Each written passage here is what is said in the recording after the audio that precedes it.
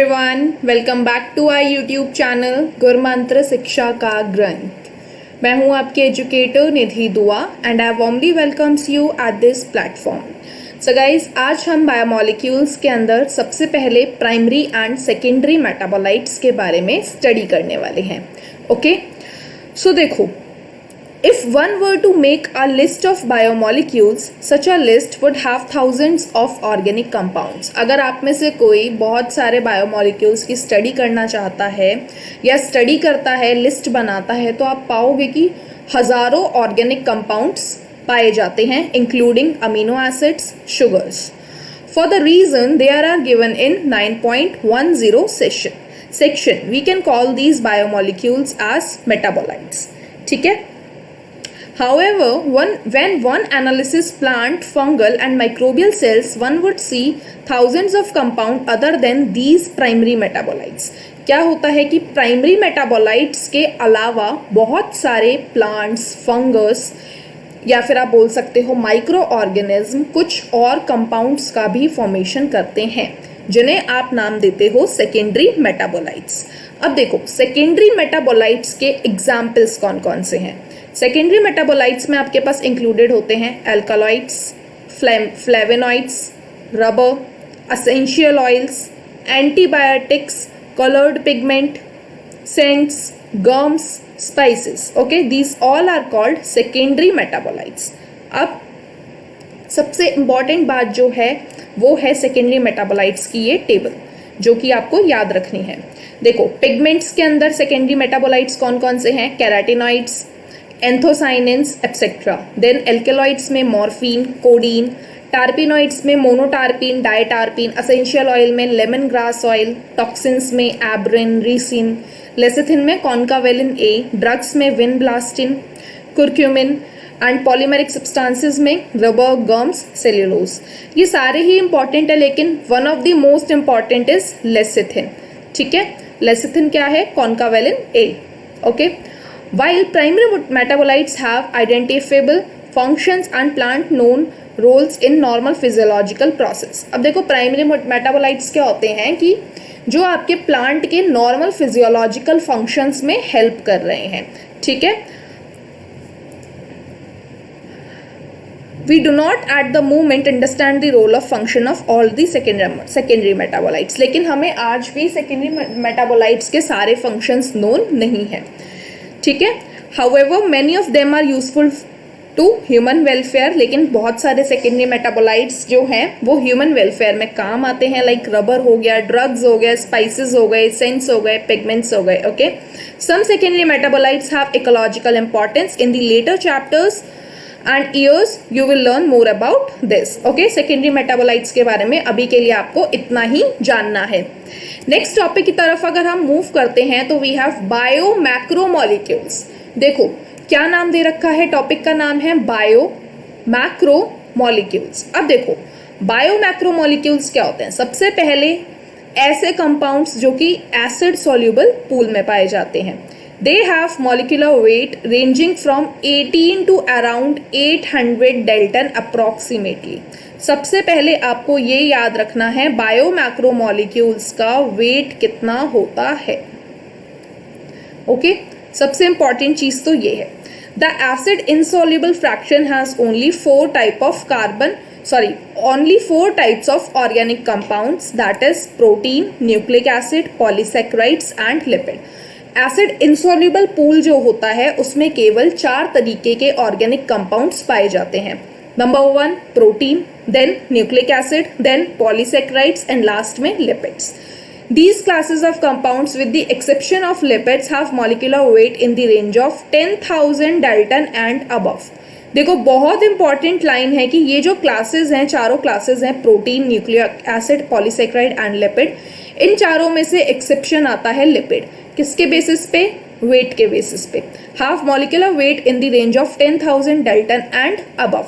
Lipid का wait कितना होता है, ये चीज़ आपको याद रखनी है। लिपिड के मॉलिक्यूलर वेट की अगर आप बात करते हो, मॉलिक्यूलर वेट की अगर बात करते हो तो ये होता है ऑलमोस्ट 10,000 Dalton। ठीक है, For this very reason, biomolecules, that is chemical compounds found in living organisms are of two types. तो इस बेसिस पे आपके पास बायोमोलिक्यूल्स दो तरीके के हो जाते हैं. कौन कौन से हो जाते हैं? One, whose which have molecular weight less than 1000 Dalton and are usually referred to as micromolecules or simple biomolecules, while those which are found in acid insoluble fraction are called macromolecules or biomacromolecules. ठीक है, तो बहुत ज़्यादा important चीज़ आ गई आपके पास. The molecules in the insoluble fraction with the exception of lipids are polymeric substances. That's why do lipids whose molecular weight do not exceeds 800 Dalton came under the acid insoluble fraction. बहुत important line है कि आपके जो lipids होते हैं वो acid insoluble fraction के अंदर कंक्लूड किए जाते हैं. ठीक है, lipids are indeed small molecular wait.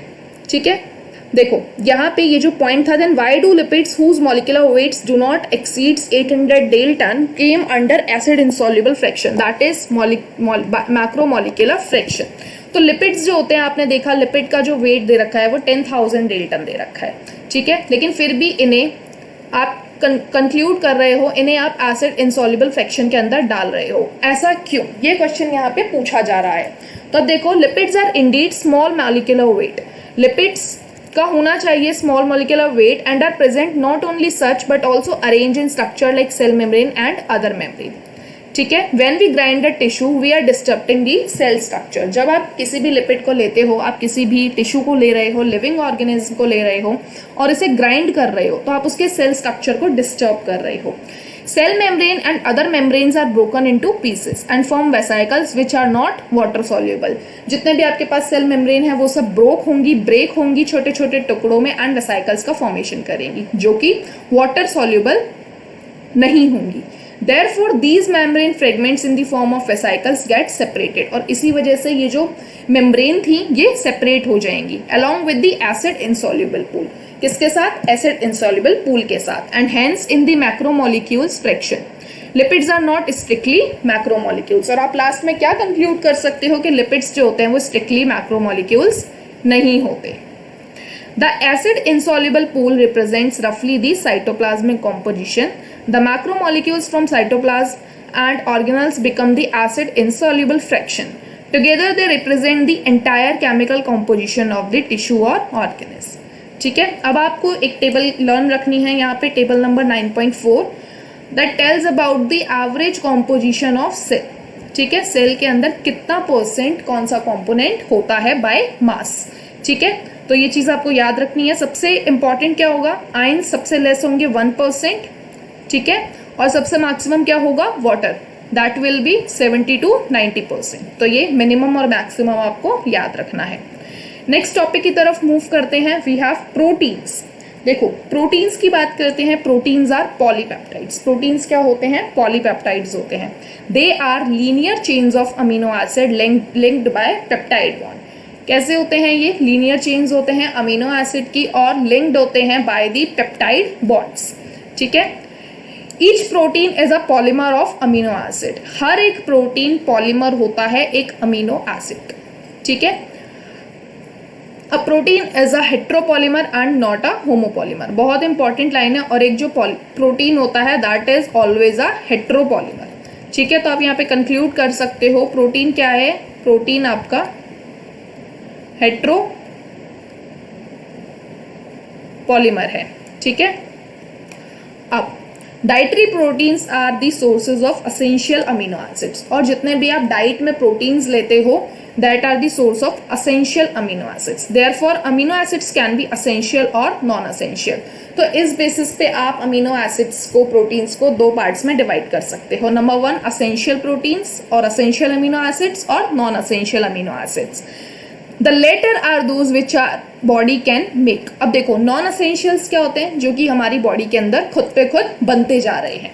और असेंशियल अमीनो एसिड्स कौन से होंगे? जो आपकी बॉडी फॉर्म नहीं कर पा रही, उन्हें आपको बाहर से in the form of diet, in the form of food आपको लेना पड़ रहा है, आपको खाना पड़ रहा है.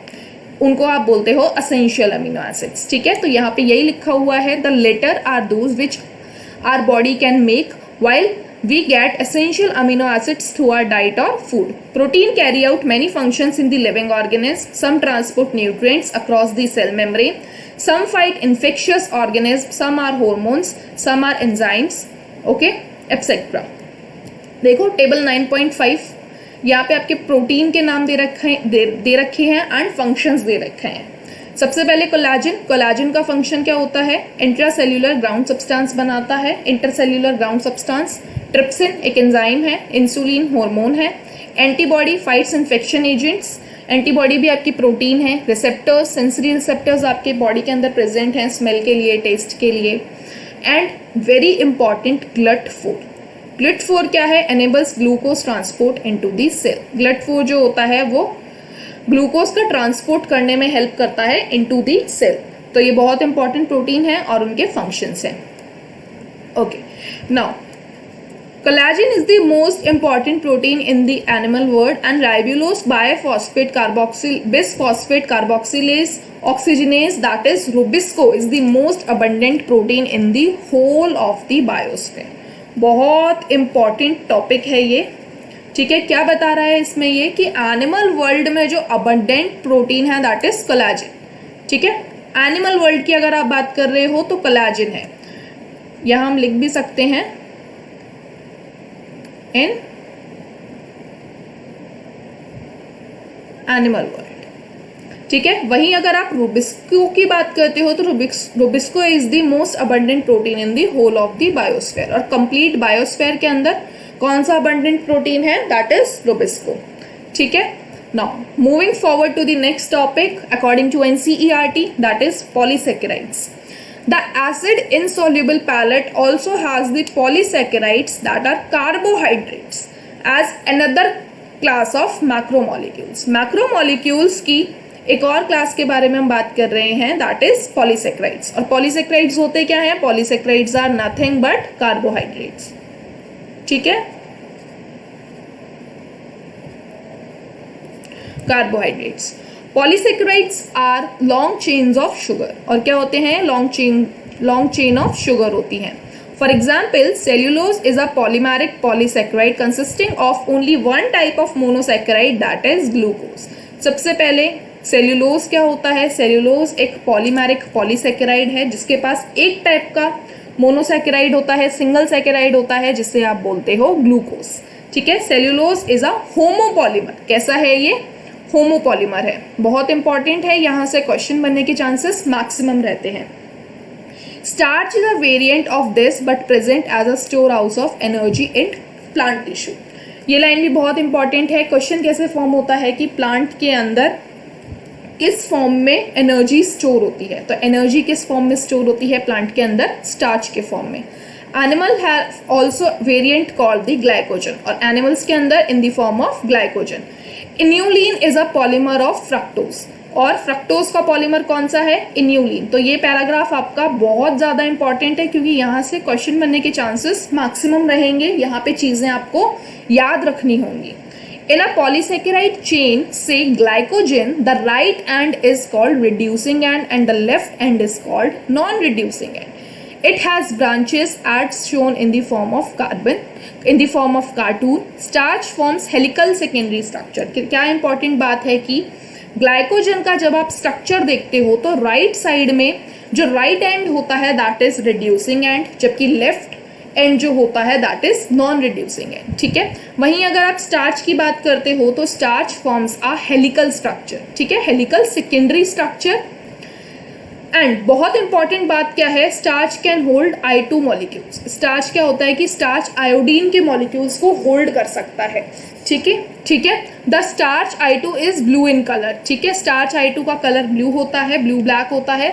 Cellulose does not contain complex helices and hence can not hold I2। और स्टार्च जो होता है वो आयोडीन को क्यों होल्ड कर पाता है? Because of its structure. जबकि सेल्यूलोज जो होता है वो होल्ड नहीं कर पाता I2 को क्योंकि उसका स्ट्रक्चर हेलिकल नहीं होता। ठीक है, plant cell walls are made up of cellulose, ये आप पढ़ते आ रहे हो कि प्लांट की सेल वॉल सेल्यूलोज से मिलकर बनी हुई होती है. Paper made from the pulp and cotton fibre is cellulose.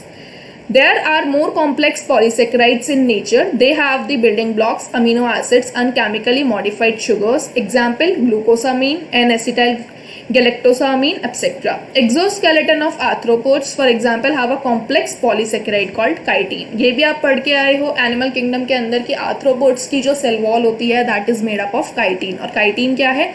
एक पॉलीसेक्राइड है. These complex polysaccharides are mostly homopolymers. और ये जितने भी complex polysaccharides हैं they all are homopolymers. That means you can conclude कि chitin क्या है? chitin एक homopolymer है. ठीक है? Now we have next topic that is nucleic acid. Nucleic acid की बात करते हो the other type of macromolecules that one would find in the acid insoluble fraction. सबसे पहले न्यूक्लिक एसिड कहाँ पाया जाएगा? एसिड इनसॉल्युबल फ्रैक्शन के अंदर. Together with the polysaccharides and polypeptides these comprises of true macromolecular fraction of any living tissue of the cell. For nucleic acid the building block is a nucleotide. Nucleic acid के लिए आपको किस चीज की requirement होगी? Nucleotide की.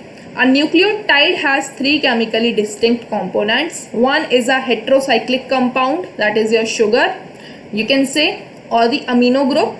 The second is the monosaccharide and the third is a phosphoric acid or a phosphate group. ठीक है, तो तीन चीज़ों की आपको रिक्वायरमेंट होगी न्यूक्लियोटाइड के लिए. एक रिंग के लिए एक रिंग हेटेरोसाइक्लिक कंपाउंड आपको चाहिए होगा. ठीक है, प्यूरिन हो सकता है, पिरिमिडीन हो सकता है वो आपको. फिर एक शुगर की रिक्वायरमेंट होगी एंड एक फॉस्फोरिक एसिड या फिर फॉस्फेट ग्रुप की रिक्वायरमेंट होगी न्यूक्लियोटाइड बनाने के लिए.